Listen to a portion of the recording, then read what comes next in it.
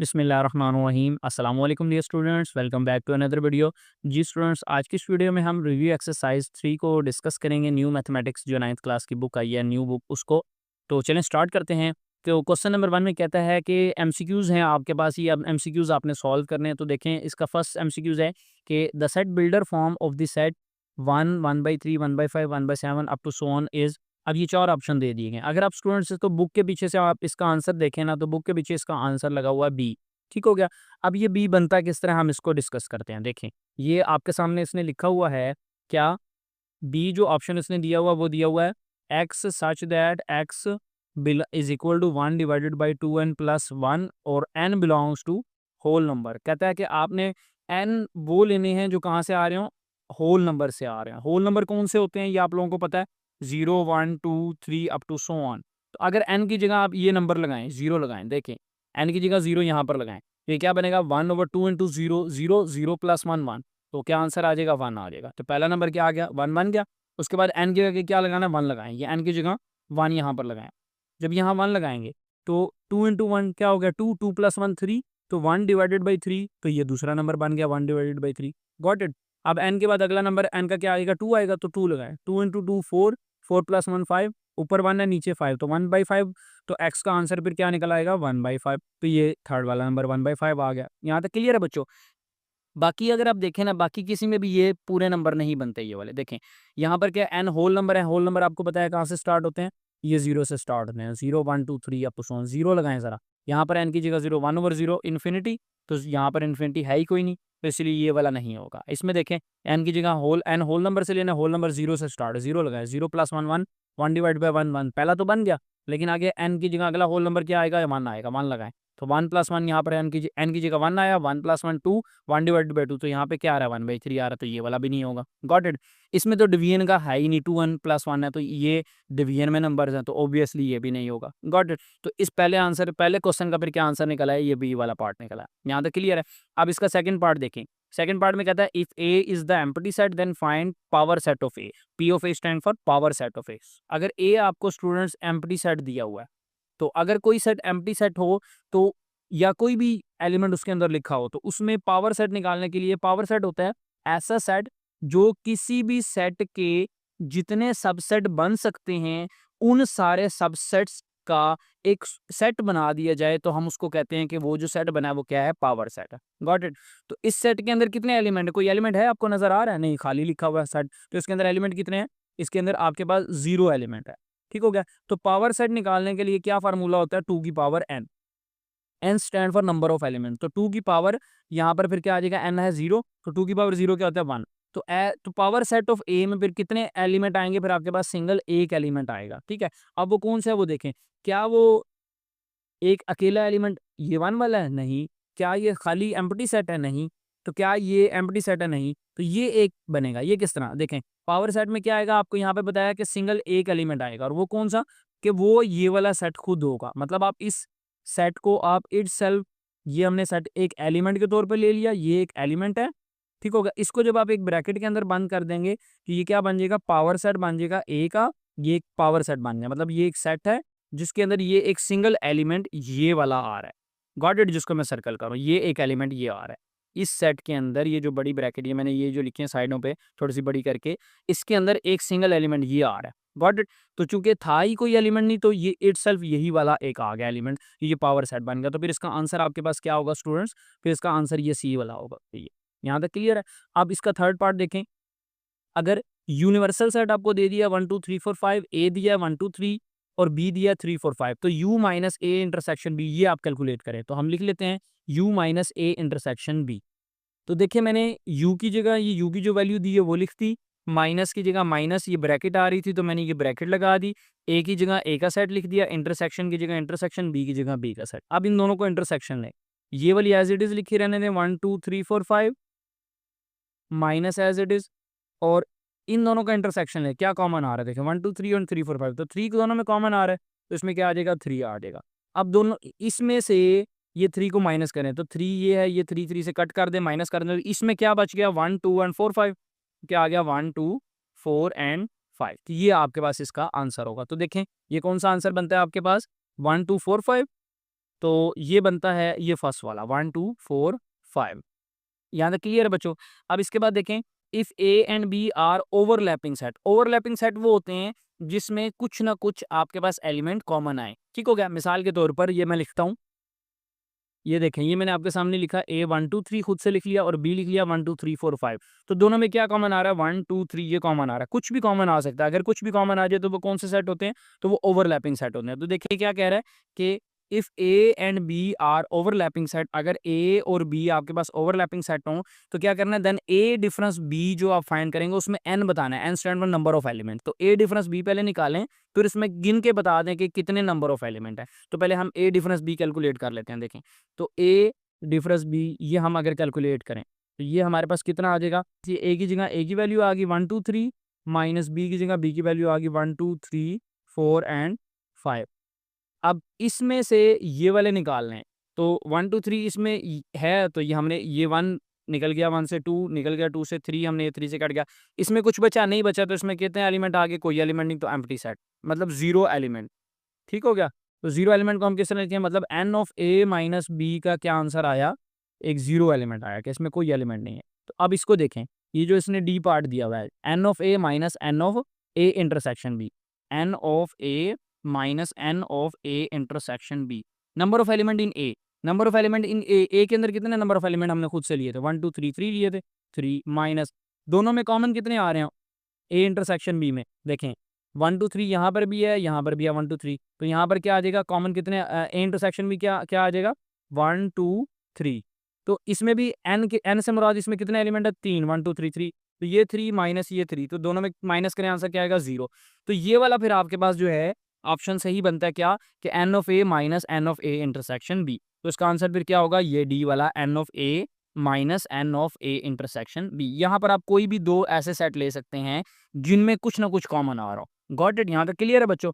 अब नेक्स्ट में क्वेश्चन 5 में कहता है if A is the subset of B and B minus A is not equal to empty set. मतलब B minus A करें तो खाली नहीं आना चाहिए, मतलब कुछ ना कुछ कॉमन होना चाहिए। ठीक हो गया।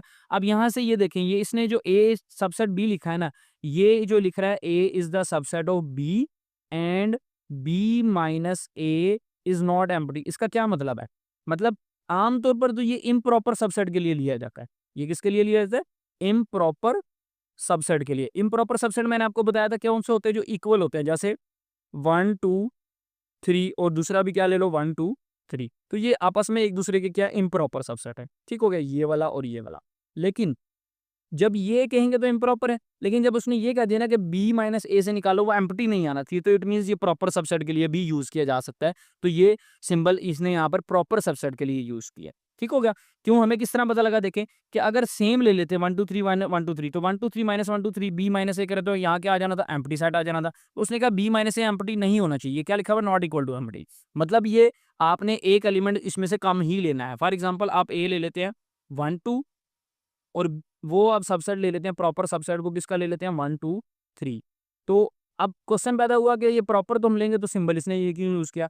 तो स्टूडेंट्स सिंबल जो है, ये सिंबल आमतौर पर तो इम्प्रॉपर के लिए यूज होता है, लेकिन अगर प्रॉपर सबसेट हो तो उसके लिए भी आप सिंबल ये यूज कर सकते हैं। लेकिन ये बड़ी क्लासेस में ऐसा जो है वो यूज किया जाता है। समझ आ रही है? तो मतलब जनरल नोटेशन देने के लिए आप प्रॉपर सबसेट के लिए भी आप ये सिंबल यूज कर सकते होते हैं। ठीक हो गया।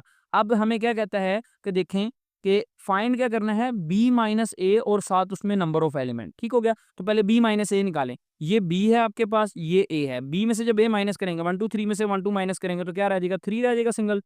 और 3 में कितने एन है? एन से मुराद नंबर ऑफ एलिमेंट कितने आ रहे हैं? सिंगल एक एलिमेंट आ रहा है। तो आंसर क्या आएगा? 1। तो इसमें एलिमेंट की तादाद आएगी 1। अब देखें इसमें कौन सा होगा? इसमें भी ये डी वाला बनेगा। किस तरह? Number of element in B minus number of element in A. तो ये वाला देख लें जरा, number of element in B minus number of element in A.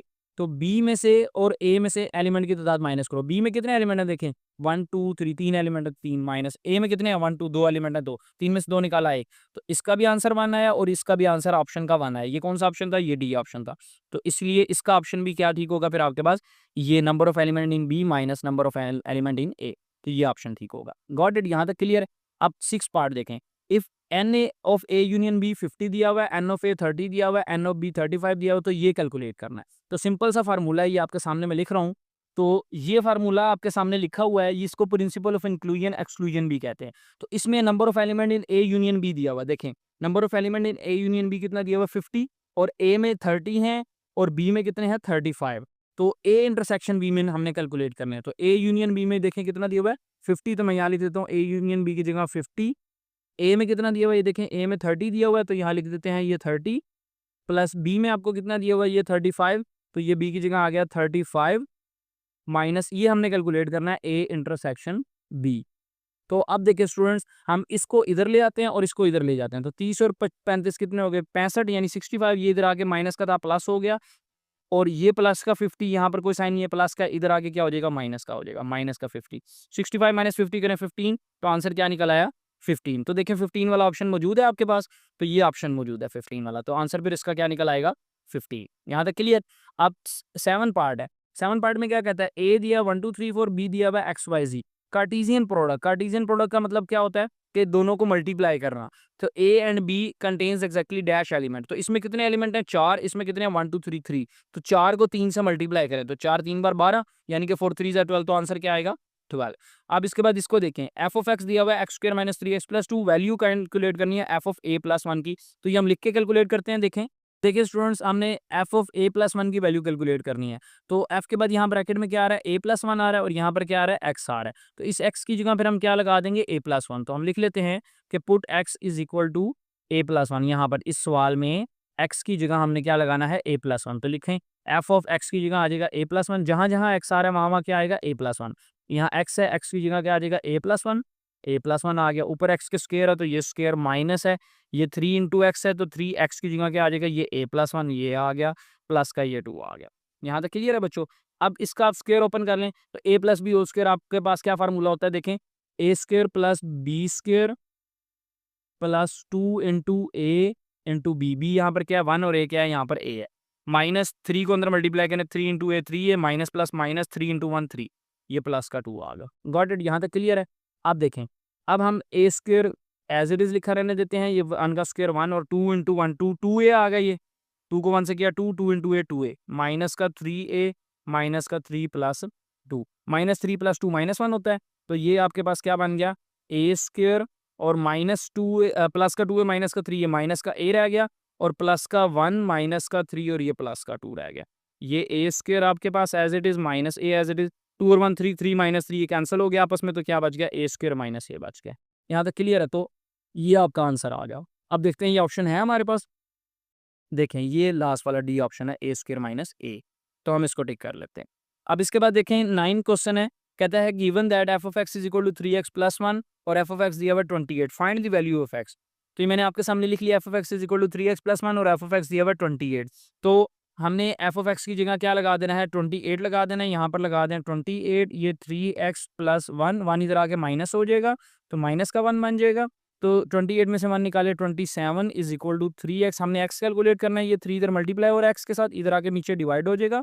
तो 27 3 के टेबल पर डिवाइड होता है तो क्या आता है 3 9 आर 27, तो 9 इज इक्वल टू एक्स या फिर x इज इक्वल टू 9। तो ये आपके पास x का आंसर भी क्या निकल आया इसमें, x इज इक्वल टू 9, ये वाला। Got it. आप इसका देखें 10 क्वेश्चन है।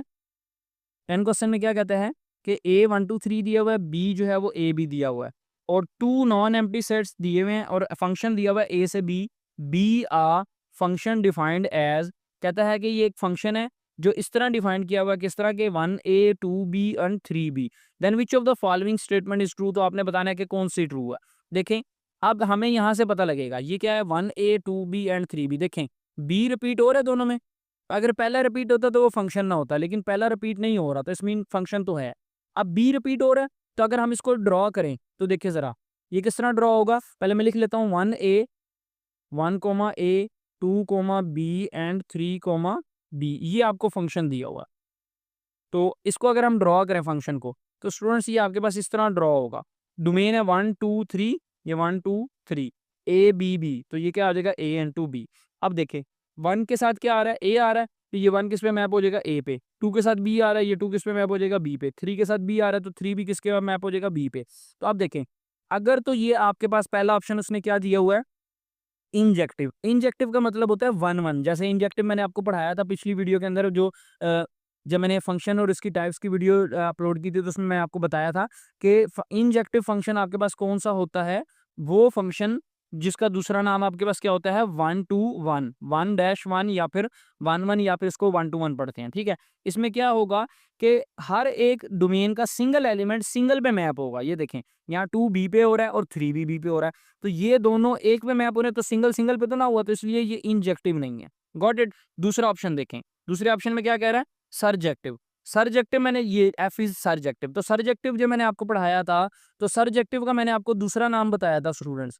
तो सरजेक्टिव का दूसरा नाम मैंने आपको क्या बताया था, onto function. Onto function कौन सा होता है कि कोडोमेन और रेंज इक्वल हो जाएंगी। कोडोमेन क्या होती है, ये जो पूरा सेट लिखा होता है इसको बोलते हैं कोडोमेन, ठीक हो गया। और जो जवाब मैप हो रहे हैं, देखें ए 1 से मैप हो रहा है, बी पीछे 2 से भी मैप हो रहा है, बी 3 से भी, तो ये जो जवाब आ रहे हैं वो क्या आ रहे हैं, ए और बी आ रहे हैं। तो ये जो ए और बी हैं, ये जो जवाबात का जो सेट होता है ना, जवाबात का सेट, इसको बोलते हैं रेंज। क्या बोलते हैं, रेंज। तो रेंज और कोडोमेन यहाँ पूरा सेट है, मतलब यहाँ जरूरी नहीं है कि सारे मैप हो रहे हो, ठीक है। तो कोई रह भी सकता है और सारे भी हो सकते हैं। अगर सारे मैप हो रहे हैं और कोई नहीं बचा तो वो कौन सा होगा, वो ऑन टू होगा। अगर कोई एक आधा रह जाए, मिसाल के तौर पर यहाँ रह जाता सी, ठीक हो गया, तो फिर ये इनटू फंक्शन होता। फिर ये कौन सा फंक्शन होता आपके पास, इनटू फंक्शन। तो लेकिन ये सारे फिल हो गए थे, यहाँ पर ये सी नहीं था, ए और बी दोनों था, तो सारे जितने भी लिखे हुए थे इसमें वो सारे पीछे मैप हो गए, तो इसलिए फिर ये कौन सा फंक्शन है, ऑन टू। और ऑन टू किसका दूसरा नाम होता है, सरजेक्टिव फंक्शन का। तो इसका ऑप्शन फिर आपके पास क्या ठीक होगा, सरजेक्टिव फंक्शन। और बाइजेक्टिव क्यों नहीं, बाइजेक्टिव का मैंने आपको बताया था कि बाइजेक्टिव कौन सा होता है, बाइजेक्टिव आपके पास वो होता है जो 1-1 भी हो और ऑन टू भी हो। तो ये आपके पास ऑन टू तो है, 1-1 नहीं है, तो इसलिए ये बाइजेक्टिव वाला भी नहीं ठीक। और onto F is into only, into का मतलब कि यहाँ पर कोई ना कोई एलिमेंट मिस होता जो मैप ना हो रहा होता, समझ आ गई। तो ये आपका जो है इसका आंसर फिर क्या निकला, सरजेक्टिव फंक्शन निकल आया। Got it. अब इसके बाद क्वेश्चन नंबर 2 को डिस्कस करते हैं। जी डियर स्टूडेंट्स, अब क्वेश्चन नंबर 2 है। क्वेश्चन नंबर 2 में कहता है राइट इन टेबुलर फॉर्म, आपने टेबुलर फॉर्म में लिखना है, मतलब नंबर्स की फॉर्म में। तो देखें पहले में क्या कह रहा है, X such that X is equal to 2n, ये असल चीज है। तो हमने वो लिखने हैं इस सेट के अंदर, वो वाले एलिमेंट लिखने हैं जो किस फॉर्म में हो, 2 × n की फॉर्म में। और n क्या है, नेचुरल नंबर। तो नेचुरल नंबर का सेट आपको पता है क्या होता है, नेचुरल नंबर का सेट आप लोगों को पता है 1 2 3 अप टू सो ऑन। अब ये n की, ये सारे n है, ये क्या है, ये छोटे n है। तो n की जगह पहले 1 लगाएं यहाँ पर, तो 2 × 1 क्या आ जाएगा, 2। तो यहाँ पर क्या नंबर क्या आएगा, 2। फिर n के बाद दूसरा नंबर 2 आ रहा है, तो 2 × 2 क्या आ जाएगा, 4। तो यहाँ पर क्या आ गया, 4। फिर अगला नंबर n की जगह हम क्या लगाएंगे, 3। तो 2 × 3 क्या हो जाएगा, 6। तो 2 4 6, फिर जब 4 लगाएंगे तो क्या हो जाएगा, 8। तो अब टू सो ऑन। तो ये आपके पास ये सेट बन गया। Got it. अब सेकंड पार्ट में क्या कहते हैं, एक्स सच दैट एक्स, इस लाइन का क्या मतलब होता है, सच दैट, ठीक है। ये लाइन भी यूज हो सकती है और इसकी जगह ये 2 डॉट्स भी यूज कर सकता है, ठीक है, पेपर वाला। अब x is equal to 2m + 1, और n कहाँ से लेना है, नेचुरल नंबर से। नेचुरल नंबर अभी मैंने आपको बताया कहाँ से स्टार्ट होते हैं, 1 2 3 अप टू सो ऑन से स्टार्ट होते हैं। तो n की जगह 1, m की जगह 1 लगाएं। 2 × 1, ये देखें 2 × 1 + 1, तो 2 1 2, 2 + 1 क्या आ जाएगा, 3। तो पहला नंबर क्या निकल आएगा, 3। तो पहला आ जाएगा 3। फिर m की जगह 2 लगाएं, तो 2 × 2 4, यहाँ पर m की जगह 2 लगा दें, 2 × 2 + 1, 2 2 4, 4 + 1 5। तो अगला नंबर क्या आ जाएगा, 5। उससे अगला क्या आएगा, 7। उससे अगला क्या आएगा, 9। तो ये अप टू सो ऑन चलते जाएंगे। तो ये आपका आंसर आ जाएगा। यहाँ तक क्लियर है बच्चों। अब उससे अगले में क्या कह रहा है, आपने x सच दैट वो x लेने हैं जो x is equal to 11n की शक्ल में हो, ठीक है, मतलब 11n आपने लेने हैं। n कहाँ से, अब होल नंबर से है। होल नंबर कहाँ से कहाँ तक होते हैं, वो 0 से स्टार्ट होते हैं और चलते जाते हैं, 0 1 2 3 अप टू सो ऑन चलते जाएंगे। लेकिन उसने कहा n कौन सी, ये सारे n है, तो उसने कहा n कौन से लेने हैं, जो 11 से छोटे हो। तो वहाँ पे कहाँ तक लिख लेने हैं, आपने 10 तक लिख लेना है। अब 0 से लेकर 10 तक को यहाँ 11n के अंदर n की जगह पुट करें, तो 11 × 0, तो पहले आ जाएगा 11 × 0। तो 11 × 0 0, क्योंकि किसी भी नंबर को 0 से मल्टीप्लाई करें आंसर क्या आता है, 0। फिर उसके बाद 1 लगाएं, तो 11 × 1, तो 11 × 1, 11 1 ज़ार क्या होता है, 11, तो अगला 11। फिर 11 n की जगह 2 लगाएं, तो 11 × 2 22। फिर 11 3 ज़ार 33, 11 4 ज़ार 44, 11 5 ज़ार 55, 11 6 ज़ार 66। ये चलते जाएंगे, कहाँ तक लेने हैं, 10 तक लेने हैं। 11 7 ज़ार 77, 11 8 ज़ार 88, 11 9 ज़ार 99, 11 10 ज़ार क्या होगा, 110। जब 11 × n की जगह यहाँ पर ये 10 लगाएंगे, तो 11 × 10 करें तो 11 10 ज़ार क्या आएगा, 110। तो ये आपका आंसर आ गया। यहाँ तक क्लियर है बच्चों। अब इसके बाद 6 4 पार्ट है। 4 पार्ट में क्या कहता है, X such that X is belongs to even number. ये जो ई है इसका मतलब होता है बिलोंग्स टू, तो ई और ये कैपिटल ई का मतलब होता है इवन नंबर। ये जो यूं करके गोल वाला ई है इसका मतलब क्या होगा, बिलोंग्स टू, बिलोंग्स टू। और ये जो ई है इसका मतलब है इवन नंबर। ठीक हो गया। अब आपने इवन नंबर लेने हैं, लेकिन कौन से एक्स लेने हैं, इवन कौन से, जो 4 से क्या हो बड़े हों और 6 से क्या हो, ये पीछे मुंह बांधा तो 4 6 से छोटे। तो 4 से बड़े और 6 से छोटे, खुद बताएं क्या 4 और 6 के दरमियान क्या कोई इवन नंबर आता है? नहीं ना आता। जो ऐसा नंबर जो 2 पे डिवाइड हो, तो वो 4 और 6 के दरमियान 5 आता है, 5 2 पे डिवाइड नहीं होता। तो इसलिए फिर इसका सेट का आंसर क्या होगा, खाली सेट यानी एम्प्टी सेट। तो ये लिख लें या फिर आप यूं करके ये लाइन डाल दें, तो दोनों आंसर ठीक है। Got it. अब अगले में क्या कह रहा है, X such that X belongs to odd number. आपने ऑड नंबर लेने हैं, वो ऑड नंबर वो वाले एक्स लेने हैं। कौन से एक्स लेने हैं, जो आपके पास 5 और 5 से क्या हो इक्वल हो और 5 से क्या हो बड़े। ये देखें एक्स की तरफ मुंह खुला है, तो मुंह खुले का मतलब बड़ा होना। तो एक्स बड़ा है किससे, 5 से, और एक्स इक्वल है 5 के। तो 5 से इक्वल और 5 से बड़ा एक्स लेना है, और 7 से क्या लेना है, छोटा। तो 5 और 5 से बड़े और 7 से छोटे वो कौन कौन से हैं, 5 आ जाएगा और 6 आ जाएगा। लेकिन ऑड लेना है, तो ऑड कौन सा आएगा, 5। तो ऑड में फिर खाली क्या आ जाएगा, अकेला 5 आ जाएगा। यहाँ तक समझ आ गई बच्चों। इसमें क्या हुआ, 5 और 5 के ये देखो इक्वल का निशान, ये 5 आ गया, और ये एक्स की तरफ मुंह खुला है। मुंह खुले का मतलब ये 2 डॉट्स का मतलब है कि ये एक्स जो है ये बड़ा है किससे, इस नंबर से। 5 से बड़ा है फिर क्या होगा, 6। और इधर एक्स क्या है, ये छोटा है 7 से। तो 7 से छोटे कौन से, तो 6। तो ये 2 ही नंबर बनेंगे, लेकिन लेने वो हैं जो ऑड हों। तो ऑड कौन सा है, 5। तो इसलिए हमने 5 लिया। Got it. यहाँ तक समझ आ गई। अब अगला, x such that X belongs to rational number, और वो रैशनल नंबर के जिनका स्क्वायर करें वो 2 आता है। तो देखें अगर हम एक्स निकालें यहाँ से, तो दोनों तरफ स्क्वायर रूट ले लें, इधर भी स्क्वायर रूट और इधर भी। तो ये स्क्वायर रूट से कट गया, तो एक्स का क्या आंसर क्या निकल आएगा, स्क्वायर रूट निकल आएगा। ठीक हो गया। प्लस माइनस के साथ लिखें या खाली प्लस के साथ लिखें फर्क नहीं पड़ेगा। लेकिन क्या ये प्लस के साथ लिखें या माइनस के साथ लिखें, क्या प्लस का स्क्वायर रूट 2 हो या माइनस का स्क्वायर रूट 2 हो, क्या ये रैशनल नंबर है? नहीं, रैशनल नंबर में तो स्क्वायर रूट आता ही नहीं है। तो उसने कहा एक्स वो लेने हैं जो क्या हो, रैशनल हो। ये क्यू का मतलब क्या है, रैशनल। तो ऐसे एक्स जो रैशनल हो वो क्या इस प्रॉपर्टी को वेरीफाई कर रहे हैं, नहीं कर रहे। क्यों? क्योंकि जब इसको सॉल्व करें तो वो आते ही इररेशनल नंबर हैं, ये आता है कि ये। तो इसलिए इसका जवाब क्या होगा, एम्प्टी सेट होगा। Got it. इसमें क्या हो रहा है, इसमें वो वाले रैशनल नंबर लेने हैं जो अपने आप के इक्वल है लेकिन माइनस के साथ, साइन के साथ। तो क्या कोई ऐसा नंबर है कि जो प्लस के साथ लिखें या माइनस के साथ लिखें फर्क नहीं पड़ता? जी हाँ। कौन सा नंबर है, 0 नंबर है। तो आप, तो फिर आंसर क्या आएगा, 0 इस सेट के अंदर। तो क्यों? क्योंकि प्लस का 0 लिखें या माइनस का 0 लिखें फ़र्क नहीं पड़ता। तो प्लस का 0 इक्वल होता है माइनस के 0 के, ये वाली बात। और 0 खुद एक क्या है, एक रैशनल नंबर क्यू से आ रहा है। ठीक है, तो इसका सेट का आंसर क्या आ जाएगा, 0 आ जाएगा। ब्रैकेट लगा के बीच में 0 लिखा है। यहाँ तक क्लियर है बच्चों। और आखिरी पार्ट आज की वीडियो का वो क्या है कि एक्स आपने वो लेने हैं जो रियल नंबर हो। और रियल नंबर आपको पता है क्या होता है, रियल नंबर का मतलब होता है आई आर लिखें या खाली आर, वो क्या होता है, क्यू यूनियन क्यू प्राइम। लेकिन उसने कह दिया कि ये रियल नंबर की डेफिनेशन आ गई, लेकिन उसने क्या कहा कि एक्स बिलोंग्स नहीं करता रैशनल इररेशनल से। तो मतलब आपने ये इररेशनल ये वाला तो आपने लेना नहीं, फिर कौन सा रह गया, क्यू रह गया। तो इसका आंसर क्या आ जाएगा, क्यू आ जाएगा। समझ आ गई। तो ये थी आज की वीडियो। अगर वीडियो अच्छी लगी तो वीडियो को लाइक करके दें, और तो कोई बात समझ नहीं आई तो कमेंट सेक्शन के अंदर आप पूछ सकते हैं। मिलते हैं नेक्स्ट वीडियो के अंदर, तब तक के लिए अल्लाह हाफिज़।